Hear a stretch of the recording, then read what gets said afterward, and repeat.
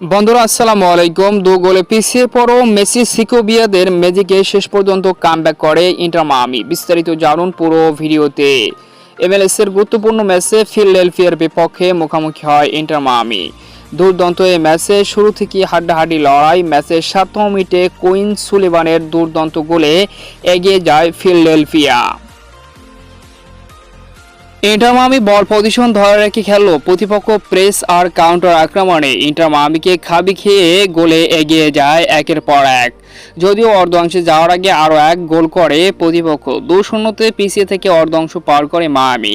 দ্বিতীয় অর্ধে মাঠে নামে কিছুটা নিয়ন্ত্রণ নেয় ইন্টার মায়ামি। ম্যাচের 60তম মিনিটে র্যাডেন্ডোর গোলে কিছুটা ব্যবধান কমায় মায়ামি। যদিও সে গোলের মূল হোতা কিন্তু লিওনেল মেসি। তার বানিয়ে দেওয়া বল থেকে গোল করেছেন র্যাডেন্ডো। এরপর ম্যাচের 73তম মিনিটে ফিলাডেলফিয়া আবারও এগিয়ে যায়।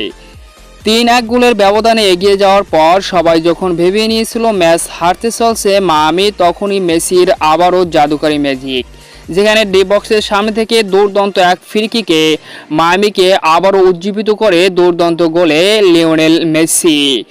2-3 গোলে ম্যাচের নির্ধারিত 90 মিনিট শেষ হলো।